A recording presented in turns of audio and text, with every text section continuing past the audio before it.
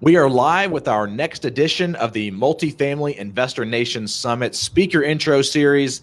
This is a unique presentation, a unique addition to our series because we've not had three guests on at one time, but we have two special guests with us that are going to be speaking at the event next week. We have Matt Faircloth and Liz Faircloth. Welcome to this series, guys.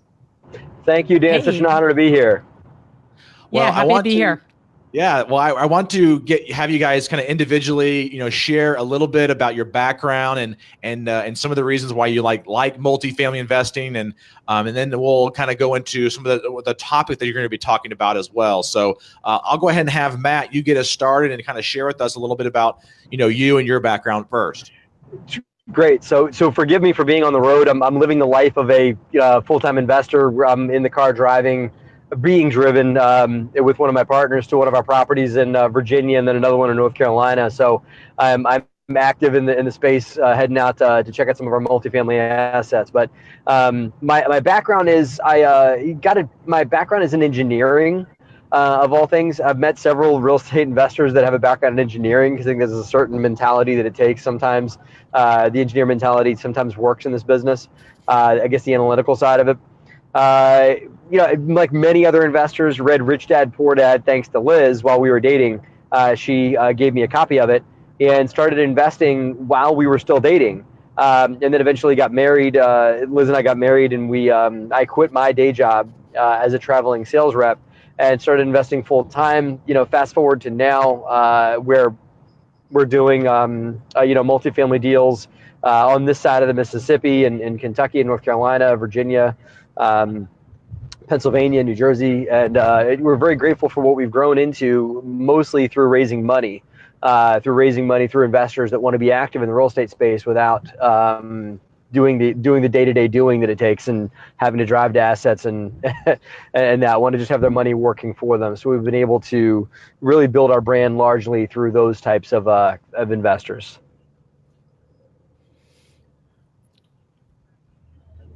Should I jump in? Yeah, I'll have you jump in there, Liz. Sorry about that. Okay. No worries. So I would only add that our first investment was a multifamily. It was a duplex in 2004.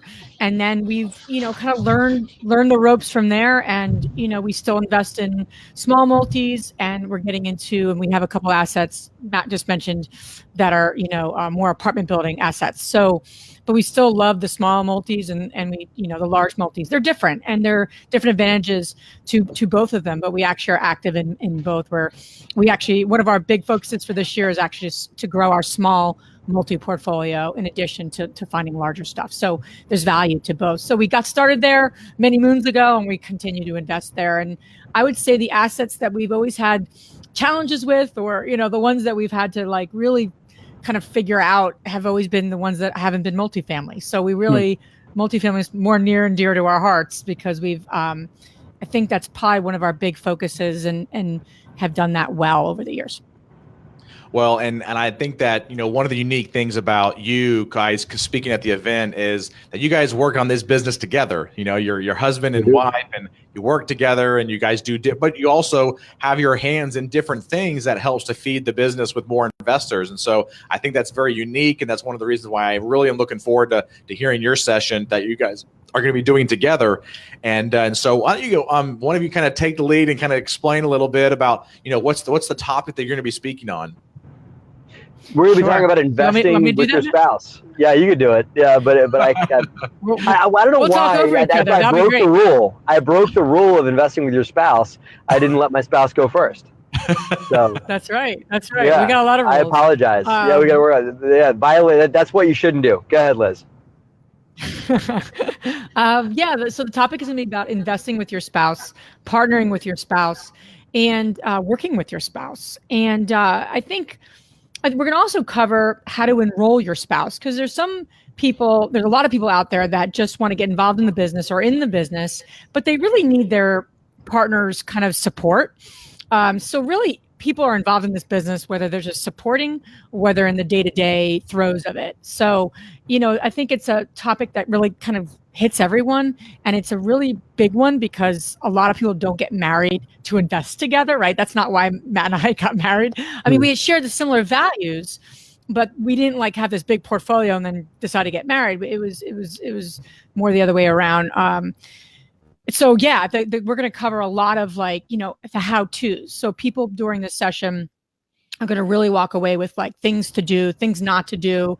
And we're figuring it out, right? We're only 13 years being married and like 13 years in our marriage too. So, and in our business. So we're going to cover things that are working for us, things that don't work for us.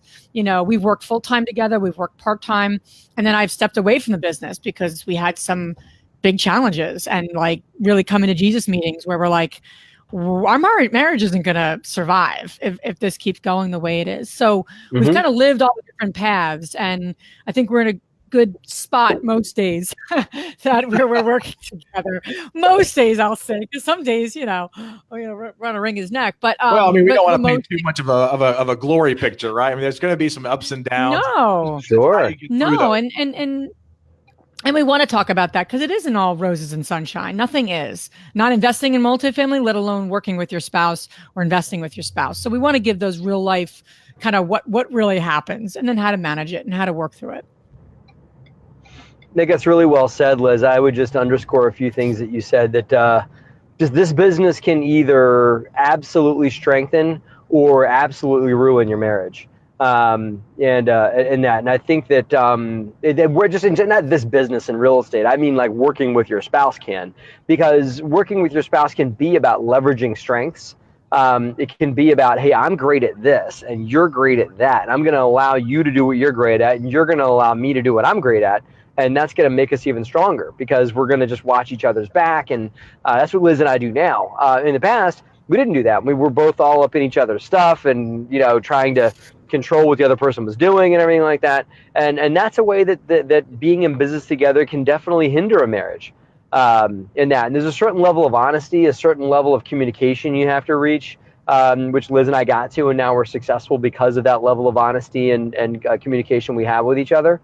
And that, so I think those are other facets as well. And I would also underscore what Liz said about enrolling your spouse in this business in general. You're not even having to work with them, but that's one thing I think that is very important because even though your spouse might not necessarily be your business partner, to understand what it takes to be a full-time real estate investor or even just an investor in general, even if you're doing it part-time, it takes support from your spouse to understand that you might need to be up late or you might need to go to a networking meeting or you might need to take a day or two and go look at an apartment building like I'm doing right now or something like that. And it takes support from your spouse to be okay with the life changes that you're going to have to make to be successful in real estate. So the first and foremost step, which we're going to talk about on it, is how to create that enrolling conversation. There's a great tool that Liz and I have used ourselves that we'll be talking about on the call during the live conference to how to get your spouse on the same page so that they're supportive of you being a full-time investor, even if they're not your business partner. Well, I get lots of questions about that topic about, how do I get my spouse involved? They seem like they either are scared or they're not wanting to do it or whatever. And this kind of advice that you're going to be able to provide can be applicable to not just real estate, but other types of businesses as well. So I think it's a really good, it's going to be a really good session and really action packed. And I'm going to direct another question to Liz here. And I want to have Liz start us off, and then you can kind of, dovetail it again, Matt, and we kind of fill it in if you had anything else to add. But why do you think, Liz, that it's important for someone to attend an event like this? There's a lot of reasons. I mean, well, first off, if the level of speakers you have, especially for this event, and especially you guys, as many.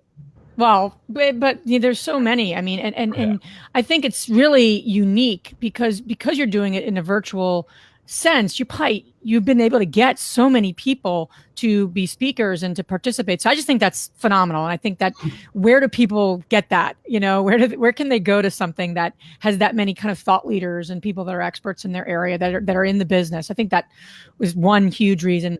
I'd also say that this business especially is all about continuous improvement and getting better. I mean, I'm looking forward to a lot of the sessions. So I think anyone that says, I bought a multifamily or I have an existing portfolio and I'm good, I don't agree with that. Even if you don't grow your portfolio or you're just trying to make them more efficient, or there's always something you could improve on, and there's always something you personally or in your business. So being part of events like this, especially with the caliber of people you've pulled together here, is actually essential to staying in this business and also growing in this business. So, I'm looking forward to it, attending a lot of the sessions, and I'm bummed that we're up against, Kathy Fettke's session because she's speaking when we're speaking. So, but regardless, hopefully I'll watch the recording because I really like her a lot. So that's what I'm grateful for is that because I really think a lot of Kathy, and Liz and I have both spoken to her and met her face to face before and stuff like that.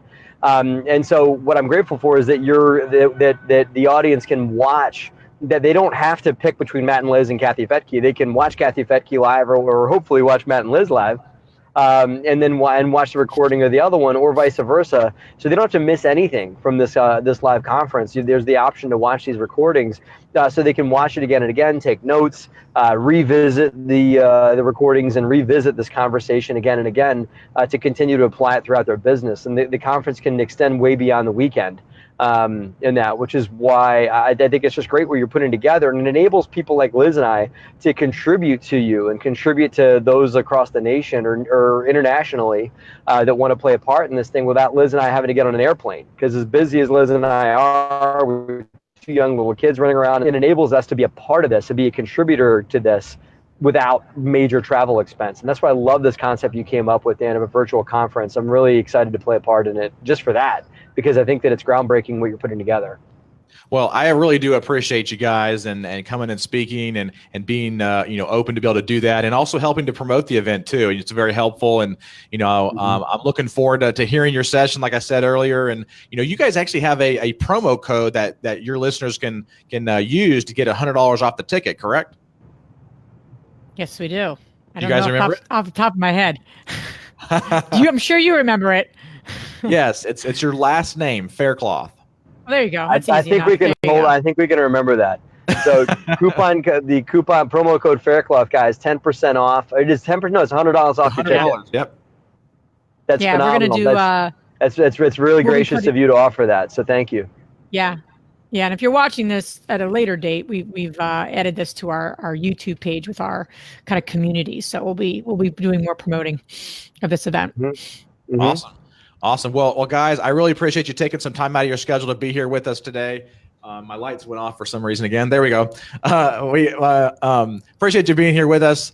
Thank you for taking the time. I know you guys are really busy. Looking forward to seeing you guys next week at the event. And feel free to let me know if you have any other questions or need anything from me. Cool. Awesome. Thanks for having us, Dan. All right. Thanks for the opportunity, Dan. See you.